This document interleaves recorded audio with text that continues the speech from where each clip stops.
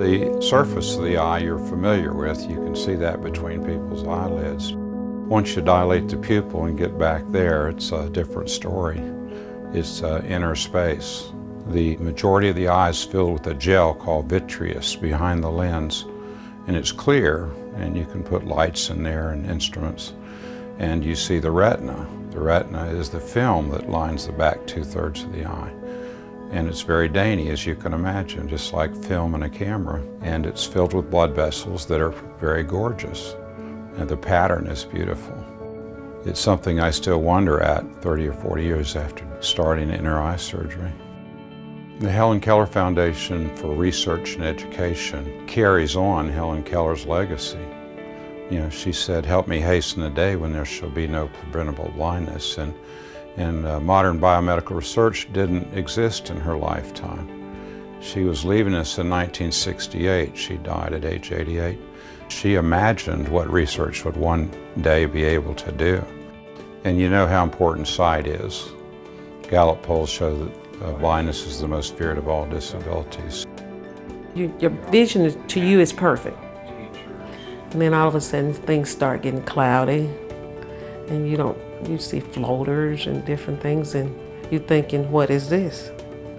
It's a scary situation until you get to somebody that actually sits you down and break it down to you.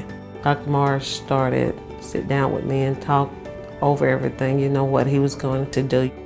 I could only see a little rim around the outside, and that night I was so scared. I didn't know what I was going to do, but came the next morning, and that's when Dr. Morris said that he would do the surgery.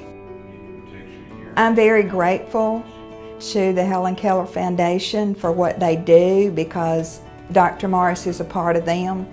And if they weren't doing what they do, then I guess I would be blind. The Helen Keller Foundation is focused on clinical research and education. We teach Helen Keller's life and legacy and all the lessons that come from that, starting with elementary school children and going on up into adulthood. And that's the platform that on which we meet the public. What we realize at the foundation is today's students really lack character education. And so we wanted to provide something for these type of students to grasp hold of, to realize that yes, there are obstacles in our lives that we can't control, but what we can control is what we do about them. And we use the program to go into the schools and to teach these students through the life of Helen Keller that yes, you can overcome obstacles. Yes, you can be whatever you want to be. Another thing is just letting those who are different feel accepted. It makes them more comfortable to people that are different perhaps in their school or in their class or in their community. And they see them as a real person after viewing this program. I feel like that supporting the Helen Keller Foundation, it's all about awareness.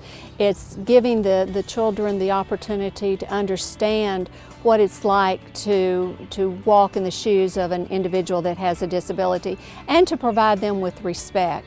And I think it just kind of demonstrates Region's commitment towards the Americans with Disabilities Act. It's first of all doing what is right, taking it a step further and doing more for the community and for the children. And it just demonstrates one more aspect of our commitment towards the Americans with Disabilities.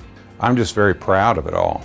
And it's wonderful to have partners doing this important work. What Regions Financial Corporation is doing is taking us by the hand and helping us get back to the public. Being a descendant of Helen Keller and carrying on some of the work that she started before she died, it's just such not only an honor, but certainly just a breath of fresh air to see a corporation like Regions step forward to help when so many people just want to stand on the line and look.